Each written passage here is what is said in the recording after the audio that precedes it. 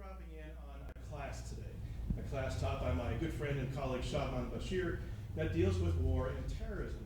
And the reason why we've kind of garnered a little bit of media attention with this is because Shadman has this very special guest joining us to talk about war and terrorism and other issues, I'm sure, and having to do with how we're governed. But before we get into that, I want to talk a little bit about a program that's coming to light that I just wanted to shed a little bit of light on in terms of global studies here at Dixie State University. This is all in an effort to go through and promote more of a global approach in what it is that we're doing, not just from a standpoint of liberal arts, but as it applies to different aspects of what we're teaching here at Dixie State University, something that Shadman is designing and putting together. So one of the smartest people I know, Shadman Bashir, it's your show. What do you have for us here today? Come on over. Is it working? Yes. Okay. Thank you very much, my students, guest students. We are very lucky that we have Congressman Chris Stewart with us today. And for the last couple of months, we had been waiting for this moment. And I just wanted to thank Congressman personally and also how it happened. I had, in summers, when I was following the news on war and terror and all those things, I just one day wrote a letter to his office. And I just said, well, this is what I think is working, this is what's not working. And to tell you the truth, I wasn't expecting an answer. Maybe 10% that maybe someone calls me. And then I got an answer from the congressman's office, and then they said that he would like to meet me. And I was like, bingo. So we met, and when I mentioned that I have a class, and I was about to mention that, is it possible for you to come to speak to my class? He said it before even I mentioned it. So I'm really thankful to the congressman.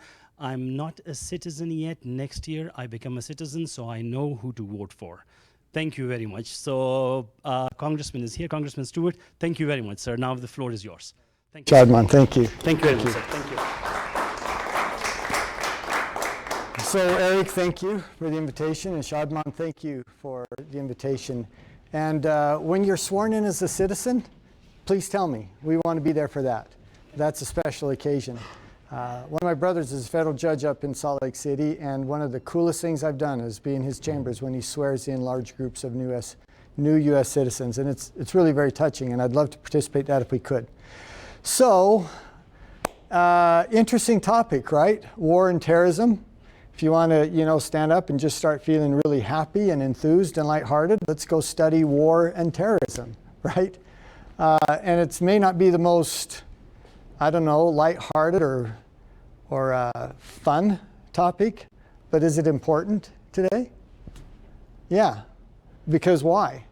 Because we live in a world that's inundated in wars or potential wars or the threat of terrorism. And it's just a different world for you than it was for me when I was growing up. When I was in college, the great threat that we faced was Russia and the great communist horde, and thinking that we'd fight this great land battle in Central Europe. Interestingly, do you know what one of the great threats we face now is Russia and fighting potential war in Eastern Europe. We'll talk about that in a little bit, as well as a couple other things. I need to share with you my background, because in order for you to understand some of the things I'm going to say to you today, you have to understand my background a little bit.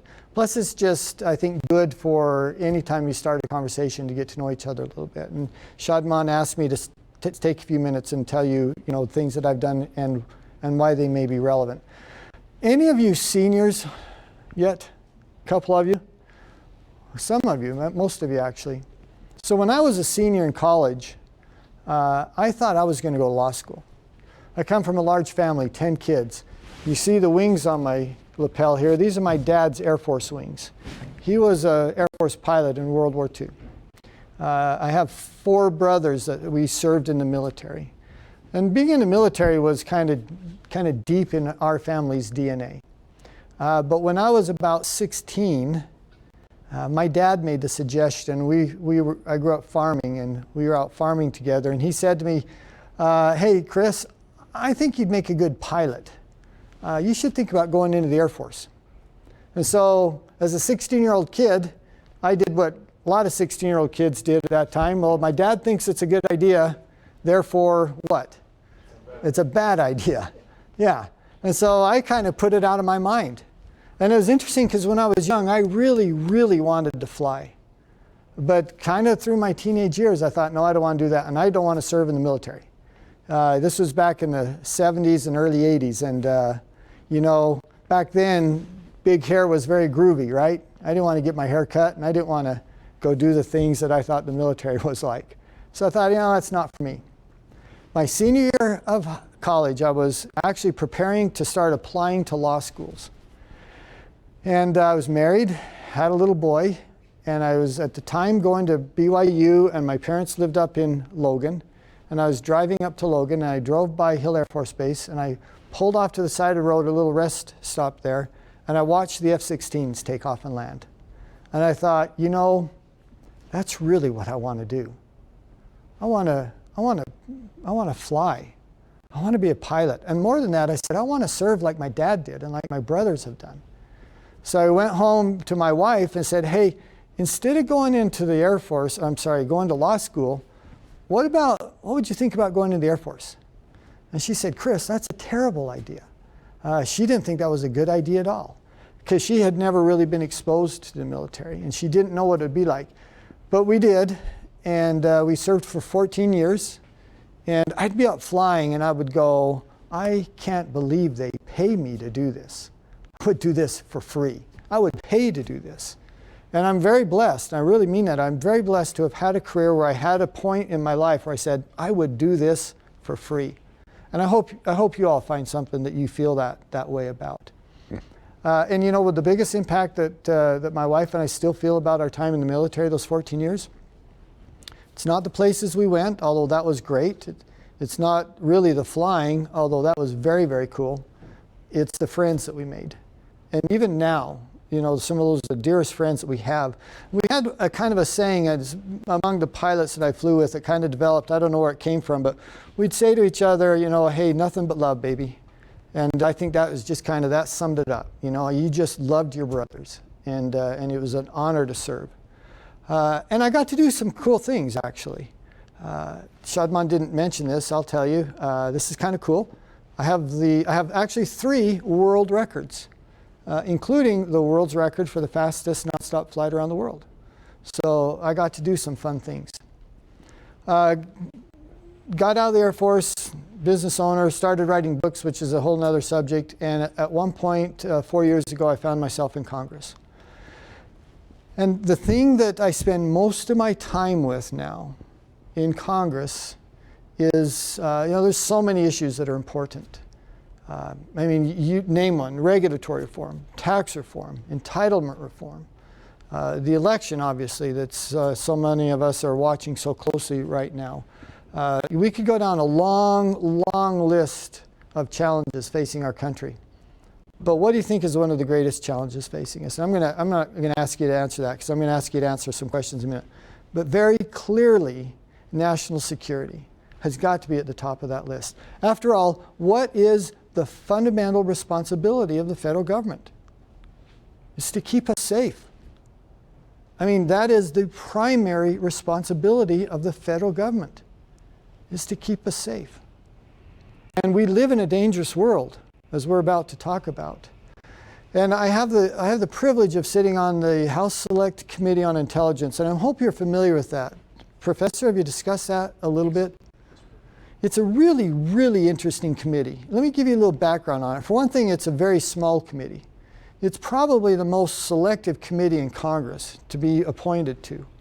And the process for being appointed to the committee is really quite different. Normally with the other committees, you go through this kind of another committee that makes those assignments. On the Intelligence Committee, that assignment is made by the Speaker and maybe 1 or 2 other people, but primarily it's the Speaker's responsibility to fill that. And it's fascinating work.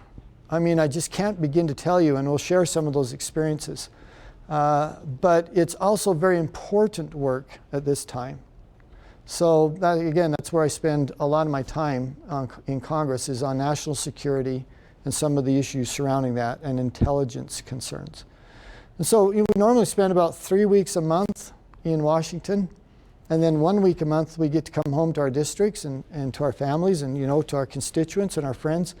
And far too often that 1 week, I have to go somewhere instead of being able to come home. So in the last, 6 months or so, I've been to China, Japan, Pakistan, Russia, the Baltics, Germany, Israel, and probably a couple other places that I'm not thinking of right now. So it's a wonderful opportunity to travel the world and to talk to leaders from around the world and to work together as we try to coordinate our security, as we try to work through some of the issues that we're concerned about. So a little bit about me and my background, why we're here. Now let's talk about, subject of the class, war and global terrorism. I'd like to ask you and see what you guys think. What do you think is the greatest challenge facing our country from a security perspective right now? Greatest challenge or one of the greatest challenges? Tell me what you think. Yes, in the back. And if you don't mind, while you get the microphone passed to you, tell me your name and a little bit of your background, if you will, because I know you're a veteran and we want to recognize you. I'm Sarah Humphreys. I'm a retired captain, Army captain. And just recent news, the DDoS attack on Friday. Yeah. And I see that as a threat.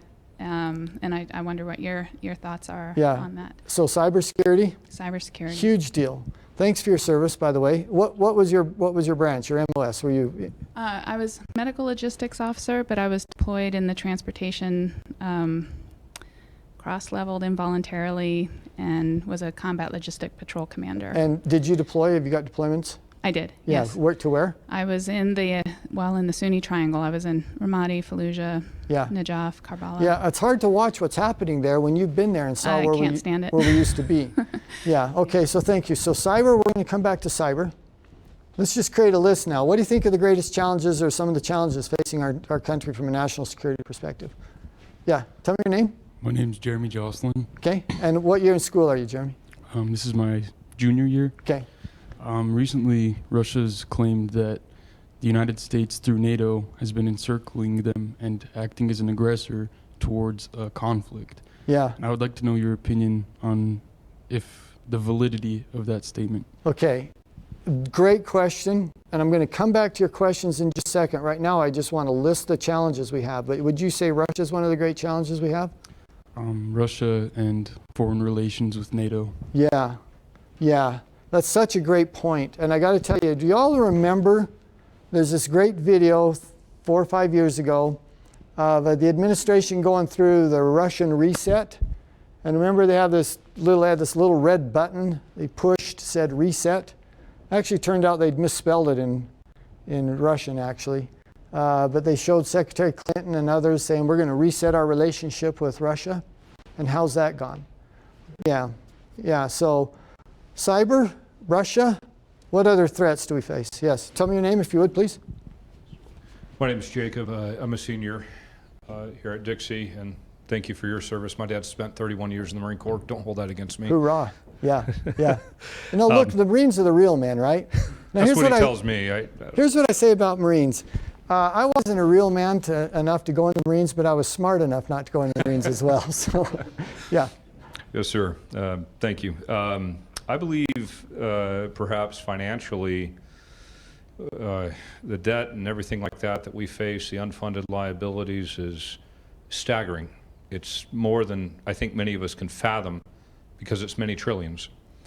And along with that, I think our international relationship with other countries that hold our debt could potentially be a severe powder keg. Yeah, no doubt about it. And listen, what does it take to defend our security, to defend U.S. interests around the world? It takes two things.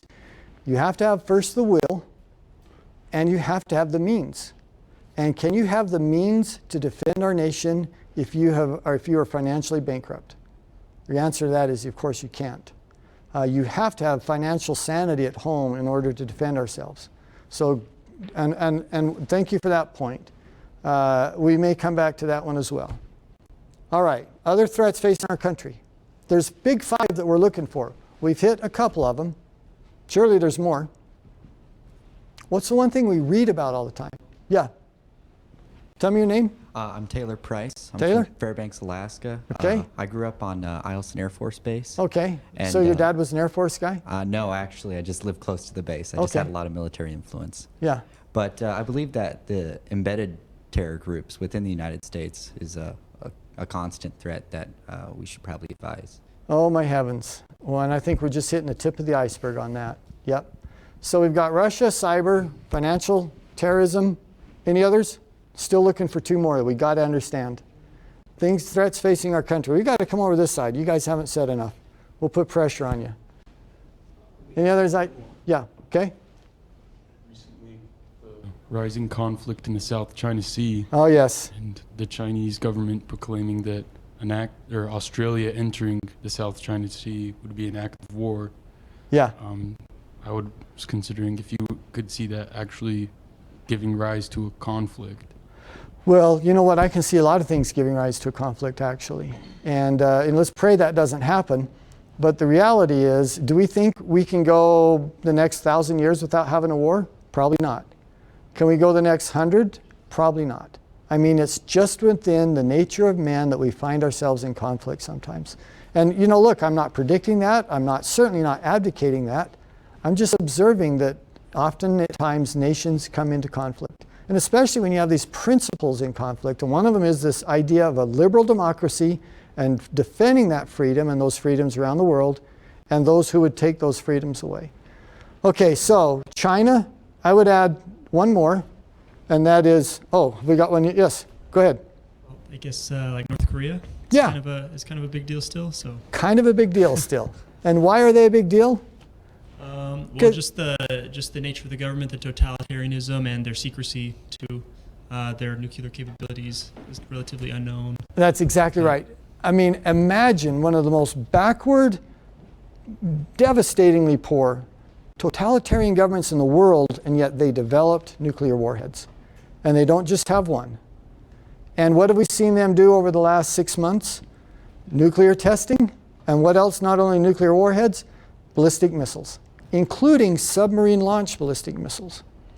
I mean, and I'm going to come back to that in just a second. And so there's one other that I'll mention to you that we have to consider, the mullahs in Iran.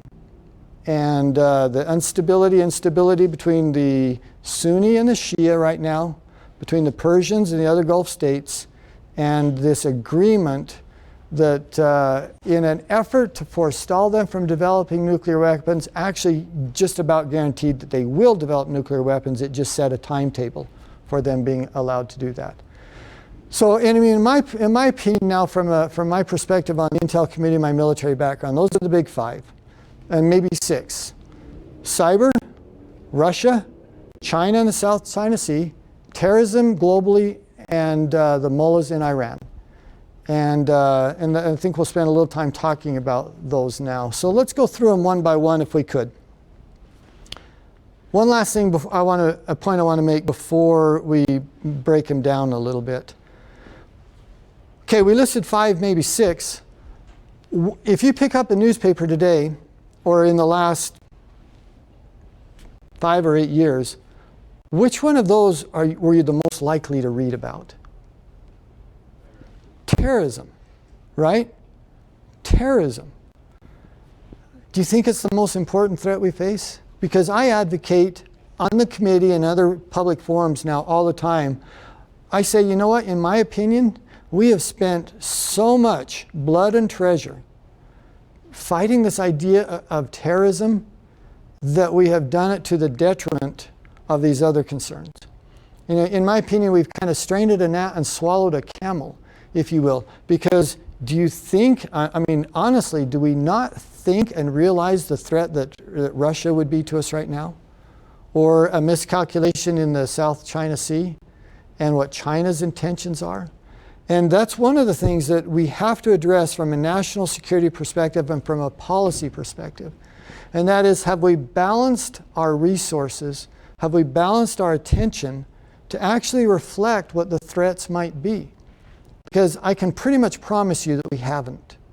That we spend far too much of our time and far too much of our attention and far too much of our money looking at this one threat while ignoring these other many more much larger strategic threats. And let me illustrate it through this one thing.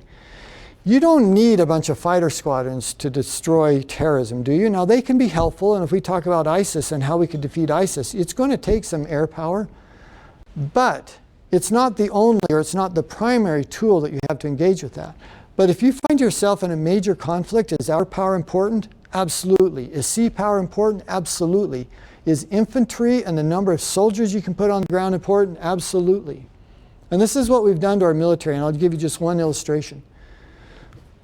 Shortly after I left the Air Force, and when we engaged in the Gulf War, in the invasion with Iraq, we had about 157 fighter squadrons. You know how many we have today? 53. Now imagine that.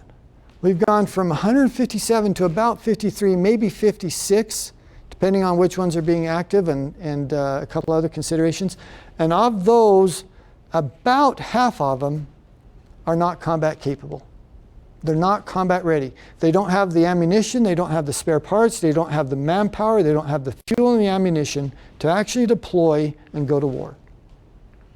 Now think about that, then ask yourself, have we adequately balanced the resources and the priorities to defend ourselves and to assure our security and our freedom? So let's break them down now. Let's start with Russia, if we could. Yeah, you want a question there? Yes, sir. When we say we have 55, was it? 53. 53 Yeah. fighter squadron capable. I know in the Cold War, a lot of the escalation that actually ended up toppling the USSR was they overspent their resources on military they didn't need. If we were to have 157 squadrons of fighter units to battle, let's say, China or Russia, how many of those would actually be needed? Well, it's a great question, and I think implied in your question is, the threat of overspending, because that was your original observation is, can we overspend ourselves, right? Or can we spend ourselves into bankruptcy? One of you made that point.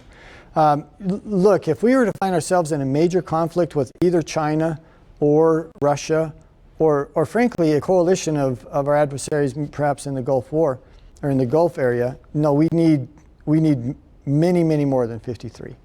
No question about it. And Captain, you're nodding your head in the back as if you agree with that, and I'm supposed that you do. And the thing is, and this will sound rather harsh, but I hope you can take it in the spirit and intend it. You don't want to go in and just have enough. You want to go in and destroy the enemy and be done with it and leave. You don't want this war to dribble out and just barely have enough to, eventually win the war. Maybe in 2 years, maybe in 5 years, we'll eventually win.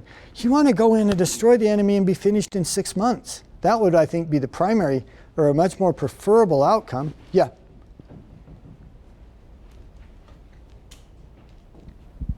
As it would, though, we got to look at or how much we'd be willing to spend for it. I believe last I read we were $26.2 trillion in debt as is, much of which is owned to foreign nations.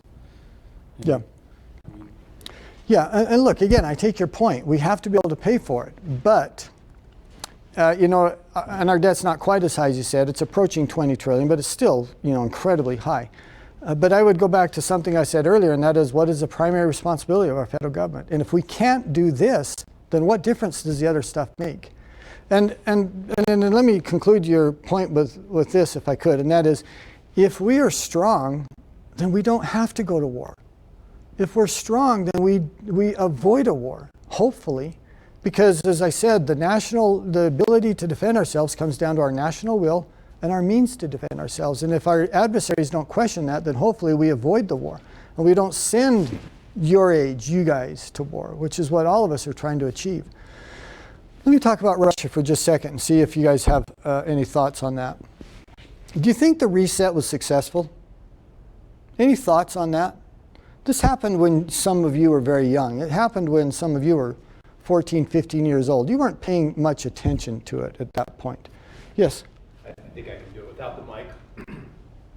I find it fascinating that we have Operation Anaconda going on as we speak, if I'm not mistaken, or just concluding, which is the largest NATO, so to somebody's point over here, the largest NATO rally, war games were next to Russia's border. And historically, we've only seen that one other time in history that I know of, and that's World War II, when the German tanks crossed the border and engaged Russia in World War II. Yeah. And so nobody's talking about that. Nobody even barely knows that's going on. Yeah. So why do you think that's worth mentioning? What's your point from mentioning that? Well, first of all, if Russia's thinking that there's a reset, that we're trying to work something out, having the largest NATO force since World War II on their border is probably a provocation to them. Right? I mean, I can't see that as any other. If I was Russian, I'd be sitting there going, wow, are they going to send these tanks over the border like World War II to me? Yeah. So there's a provocation from Russia. Okay. So to your point, the Russians have got to be sitting there going, there's aggressiveness here that we thought was supposed to be reset, and certainly some on their side too, right? Ukraine and... Well, yeah, certainly some on their side. Listen, Russia they are as relentless in their propaganda. In the intelligence community, we call it active measures. They are as relentless in their active measures now as they have ever been at the height of the Cold War. And by the way, they never backed off of it, which is why the Russian rebels in Donetsk region of the Ukraine can shoot down a civilian airliner. And because of Russian propaganda, a large part of the world thinks the United States did it. Because again, they're relentless in their propaganda and putting out things that just simply aren't true. And by the way, it's demonstrably untrue. I mean, there's radar and other evidence. It's very, very clear if someone wants to know the truth who did that. But I could give you example after example after example of that. I'll give you one more real quickly. Large parts of Africa have been told so consistently that Americans were responsible for the Boston bombings. And the reason we did it was because we were angry and envious of the fact that African nations and African athletes were so successful in the Boston Marathon. And so they think we did it to punish these African athletes. Look, to you and I, that's just nuts. But I'm telling you that there are millions of people around the world who've been told that so often and so long that they believe it now. And to those who would say, well, Russia considers it a provocation, I would say two things. Look at the number of soldiers involved with Operation Anaconda, and it's very clearly not an invasion force. And the second thing, and the far more important thing, is this. Give me an example of the U.S. threatening Russia. But I can give you examples of Russia threatening other nations, i.e. Crimea, i.e. Ukraine. And this last fall, and I'll get to you just a second, ma'am, this last fall, a month or so ago, I was in the Baltics and Poland. And those guys are scared to death. I went to the top of this bell spire, this church spire, with the ambassador there. And he pointed just 12 or 14 kilometers across the border where you could see this mass of Russian armor. And he said, this is what we're afraid of. And we tried to assure him, hey, I think we're going to be okay. I don't think they're going to come in. He says, that's what they told us about Crimea, too. And that's what they told us about Ukraine. And by the way, Russia had now moved resources into the area south of them, into, what's the name of the Russian enclave south? I'll think of it in just a second. But anyway, it's a detached area of Russia that's south of Latvia. And they had reinforced areas there. And by the way, you know who else feels that way? Is Poland. And Poland is, we have this, there's this kind of a common phrase with the Israelis and the state of Israel where they say never again. And you know what they mean by that. We will never again allow that to happen to us. You know who else feels that way? The Poles. They look at World War II and how it impacted them. Nearly a fourth of their population, men, women, and children, were killed in World War II. And then as the Nazis are being forced out, who comes marching in? The Russians. And the Russians treated them as badly as the Germans did. And the Poles don't feel like World War II is over until Russia finally left them in early '91. And so they have this idea of never again as well. And you can understand why they'd be threatened, why they feel threatened. Yes, ma'am. So you did pose the question, give us an example of when maybe Russia felt threatened by the U.S., I think.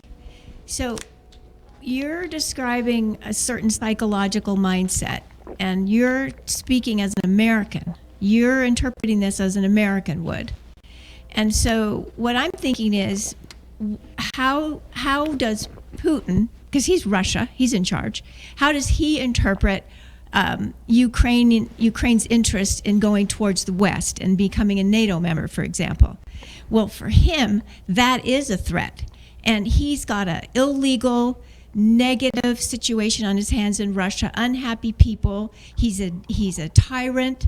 Okay, he is paranoid about hanging on to his power. So he's going to feel threatened by us, okay, just because we're allies with his immediate neighbors.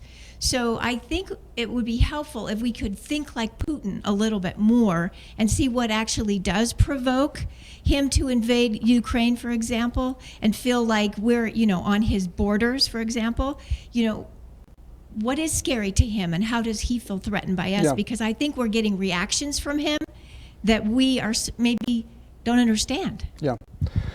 Well, look, I understand your point, and I don't actually disagree with you. We have to look at this through the lens of how Vladimir Putin views this. And I think one of the questions we would ask is, what's Vladimir Putin's objective? What does he want, do you think? Restore the Soviet Union. That's exactly right. He wants to restore the Soviet Union, the former Warsaw Bloc countries. He wants to maintain his power.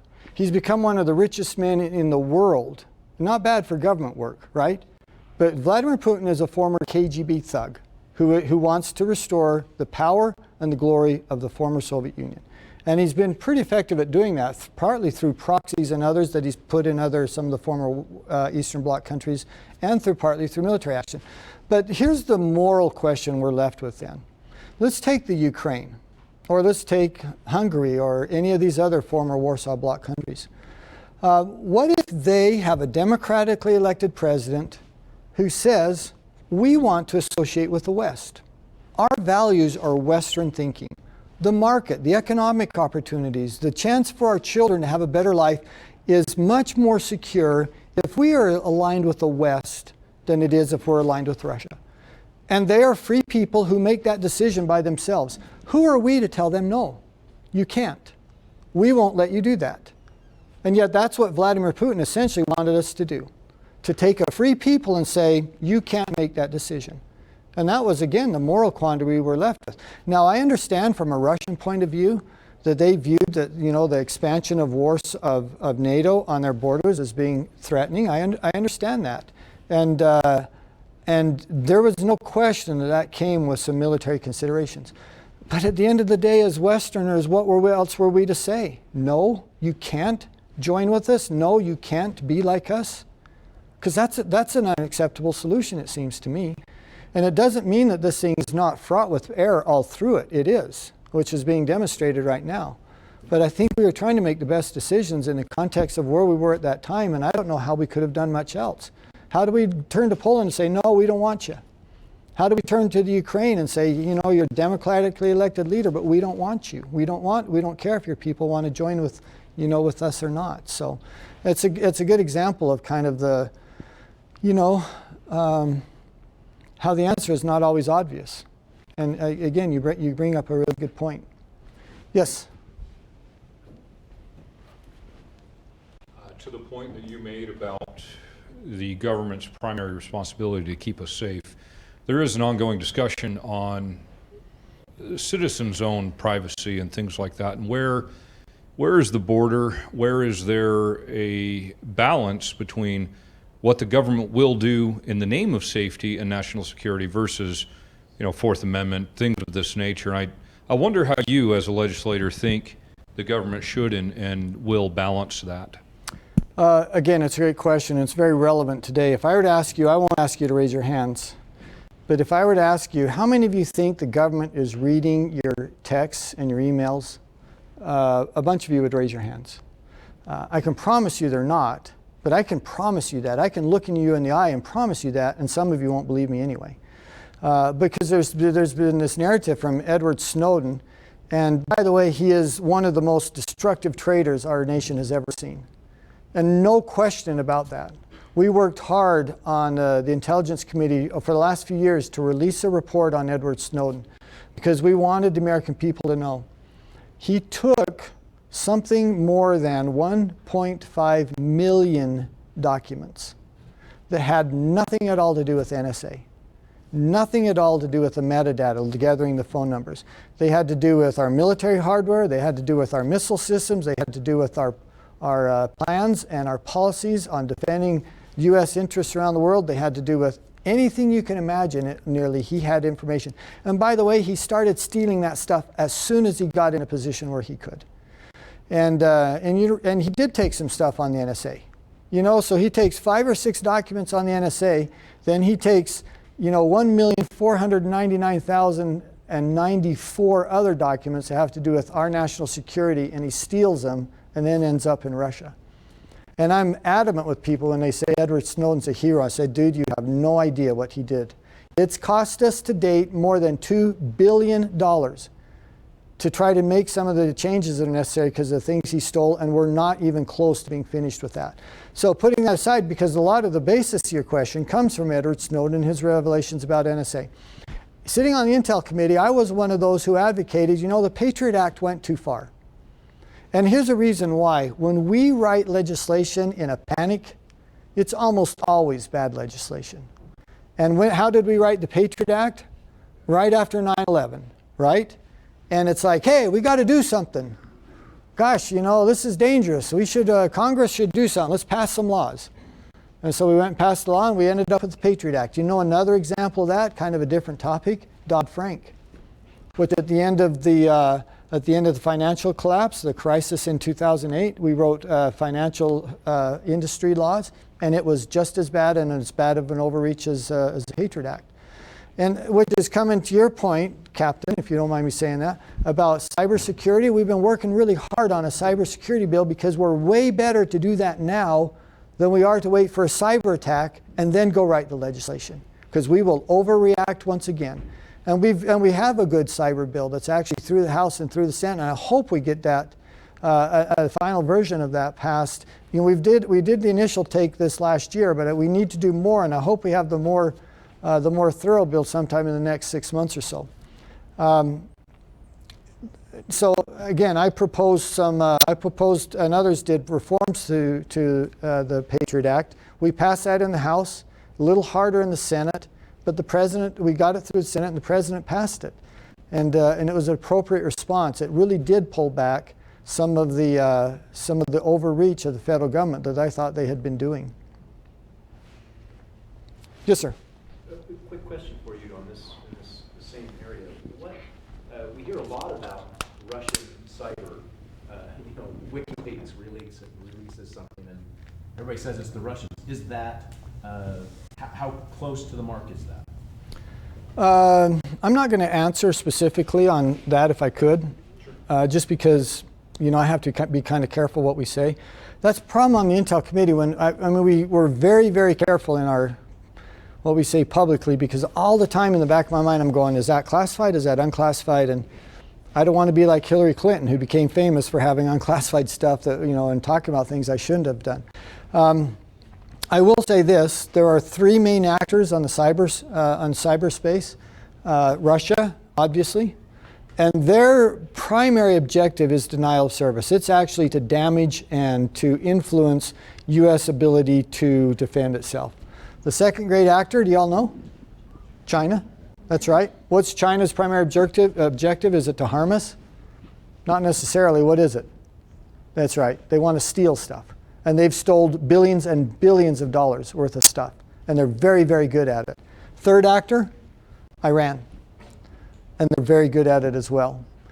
Since you asked about Russia, the interesting thing about Russia and the Chinese, well, actually all of them, anyone who's doing this, is their partnerships with criminal elements, and how they build these relationships. Well, it gives them kind of non-attribution. Oh, it wasn't us; it was those criminals over there.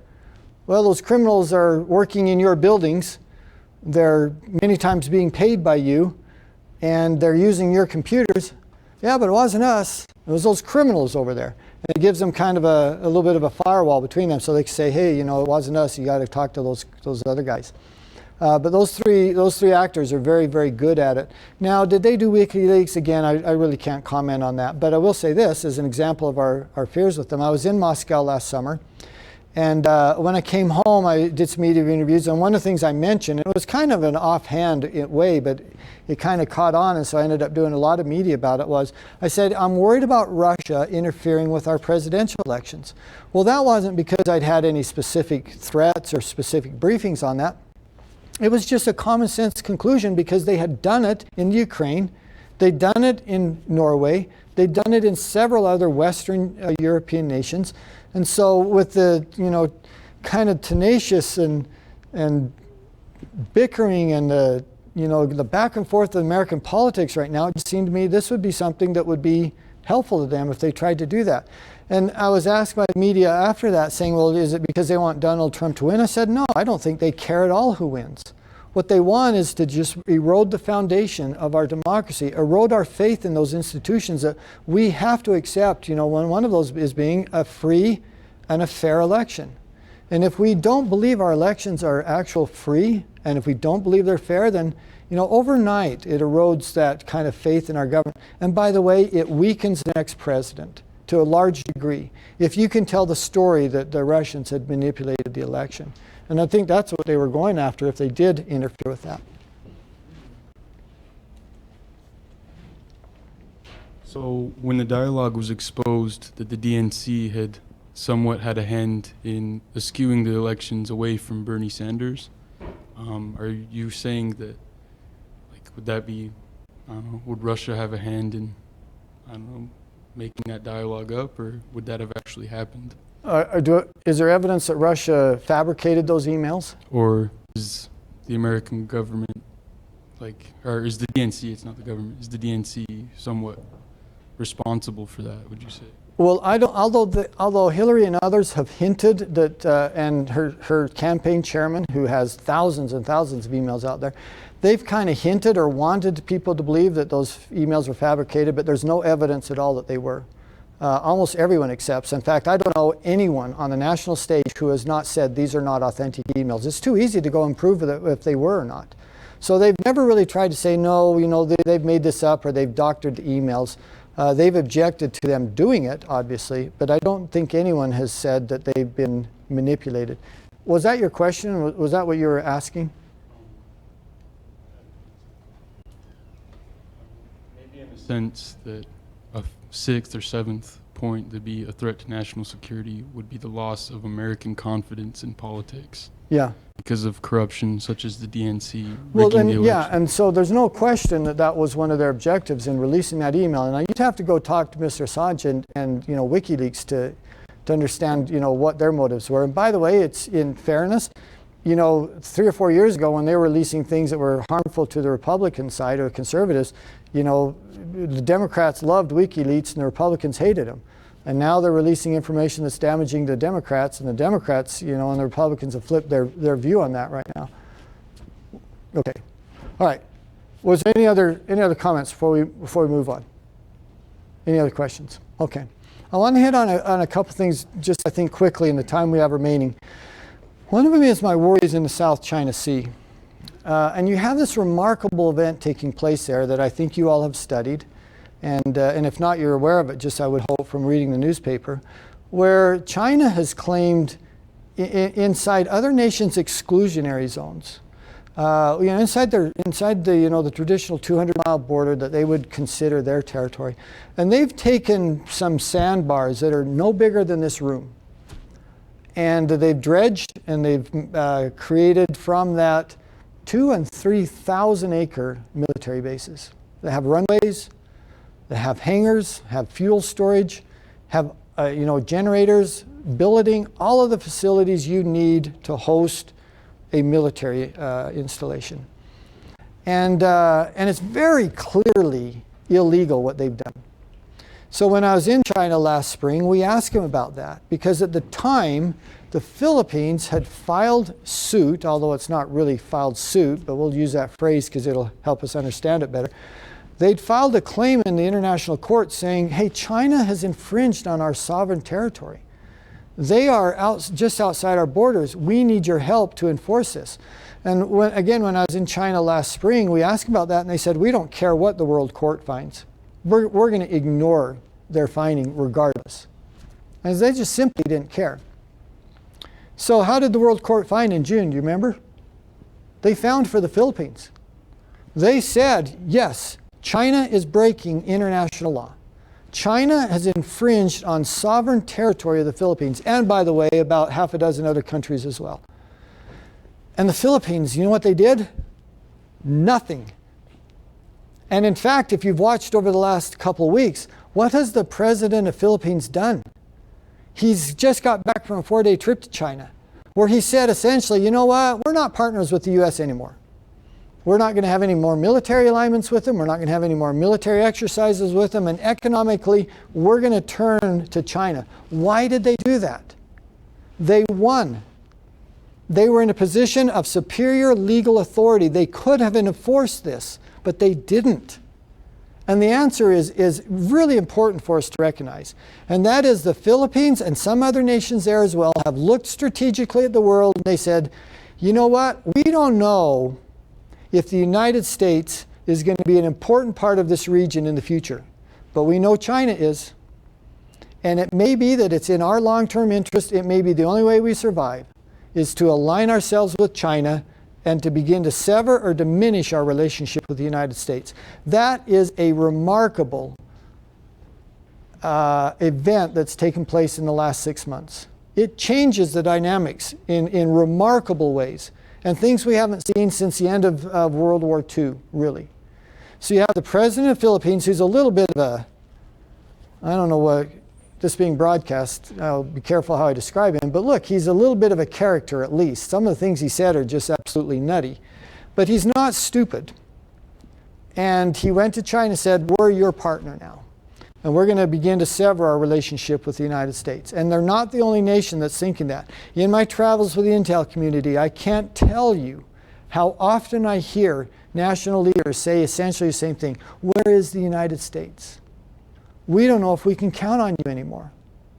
We don't know if you're going to be there for us like you have been for the last 60 years. We don't know if you're a reliable partner.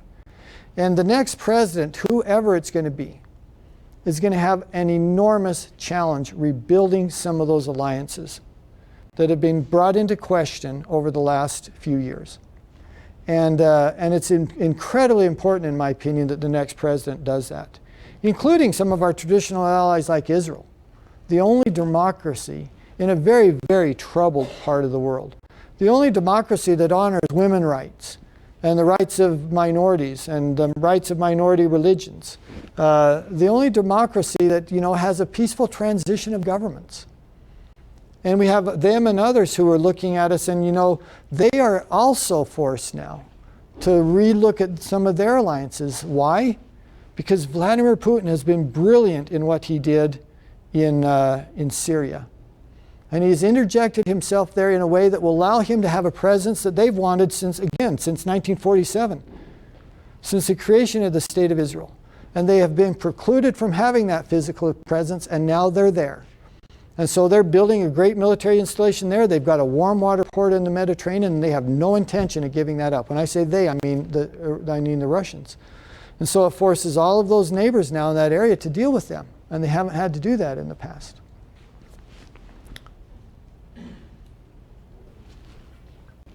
I have another question about the capability Russia actually has of waging a traditional war.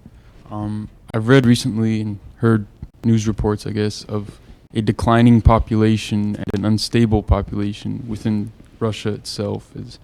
The birth rate is not high enough, as is right now, to maintain their population. And with the majority of the young men being casualties in another great war, could they actually afford that? Or maybe are they playing kind of a dog with a lot of bark and little bite? Again, it's a good question. Russia's not the only nation that's finding a real demographic challenge right now. Not the only nation with declining populations. Who's leading the world in declining populations? All of Europe. And by the way, they are our allies. So any problem that Russia has with that, Europe has it worse, and it's something that we have to deal with in both circumstances. Again, I'm not predicting, and I'm not advocating that that I think this will likely happen. I'm not saying we're going to find ourselves in a war with Russia. I'm saying we need to face the possibility that we could. And are we in a position to defend ourselves? Russia's made remarkable achievements in 5th-generation fighter technology, for example, as has China. How did China do that? Because they stole it from us, by and large. Now, they're not quite as good as ours. So, for example, the F-35, there's really nothing the Russians have built that's as good as the F-35, but they build a lot more of them. It's really the same strategy they used during the height of the Cold War. We'll just blow you away with numbers. We're going to have more armor, we're going to have more tanks, we're going to have more artillery, we're going to have more fighters.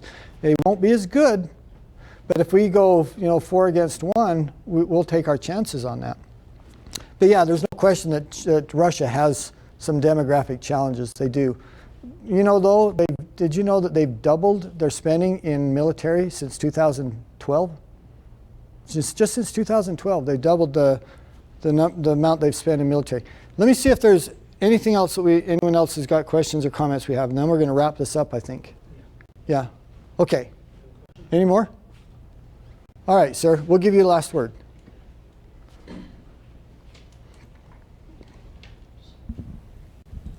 I don't know. So when they've doubled their spending, I've heard that America's has a larger spending percentage than the top or the next 5 countries combined on the list below. Yeah. Like, I mean, are we still like what 2.5 times their amount as Yeah. it is? Yeah. The problem with that is you can't look at the dollars spent because you're comparing dollars to rubles, and you're also comparing what will a ruble buy. Because it turns out 10 rubles in Russia will buy a lot more than $10 in the United States. So to look at the actual numbers that are spent isn't a very fair comparison. What you have to look at is how many aircraft do they have? What are the capabilities of the aircraft? How many soldiers do they have? What are the capabilities of the soldiers? How many tanks do they have? And you go down that list. And they've become a respectable military force once again. 1991, they were incredible for us. They let some of that slip away, as did we, over the ensuing 20 years. But they committed, as are the Chinese once again, to building a very capable, modern military force. All right, well, listen, it's been good to take a few minutes with you. I appreciate your questions. You've got some thoughtful questions. You got some probing questions. I know that in this kind of academic environment, some of you agree with some of the things I've said. Some of you may disagree with some of the things I've said, but that's why this is a good time for you to kind of explore those things. Now, here's one thing that I hope that we can all agree on. And you know what? If we can't agree on this, then I don't know what to say to you. And that is, the United States has an incredibly important role in the world. We may not want it. We may not seek it. It may not be something that we look or hope to have, but it's just the truth. The United States has an incredibly important role in the world. What would have happened in the last century if we wouldn't have had a united United States? And the good that has come and the freedoms that have been shared, not with the entire world, but with large parts of the world, because the United States was willing to do some of the things that we did. And I'll end with this. I had a recent conversation with an ambassador from Australia. And he's one of the most brilliant men that I've ever talked with. And he made the point, and I wish I could say it as well as he did, but I'm going to paraphrase it. He said, the United States is the most benevolent country in the history of the world. He said there's never been another country that was willing to say and sacrifice like the United States. And he said, for example, the Russians had the ability to kill every man, woman, and child on earth. And the United States said, before you kill them, you have to kill us. Before you take away their freedoms, you have to take away our freedoms first. Because we will stand as an umbrella over these other nations, and we will defend their freedoms with our own citizens. And I challenge any of you to find me another country in the history of the world that's done that has held themselves ransom for the freedom and for the well-being of other countries. So, we got some challenges: terrorism, potential war, global conflict. We may see some of that. We may see some more of that. But the United States is, I think we're capable of defending ourselves. And if we make the right decisions, I think we'll always be able to maintain that capability. So, Professor, thank you for giving me time to be with you. Appreciate it.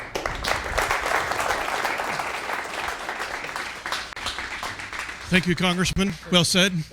Thank you for joining us for this broadcast. Be sure to join us on Wednesday morning at 9 o'clock Mountain Standard Time for Talking Point Live with myself and my colleague Jen Kohler. For the Community Education Channel, I'm Eric Young. Thank you for tuning in. We'll see you next time.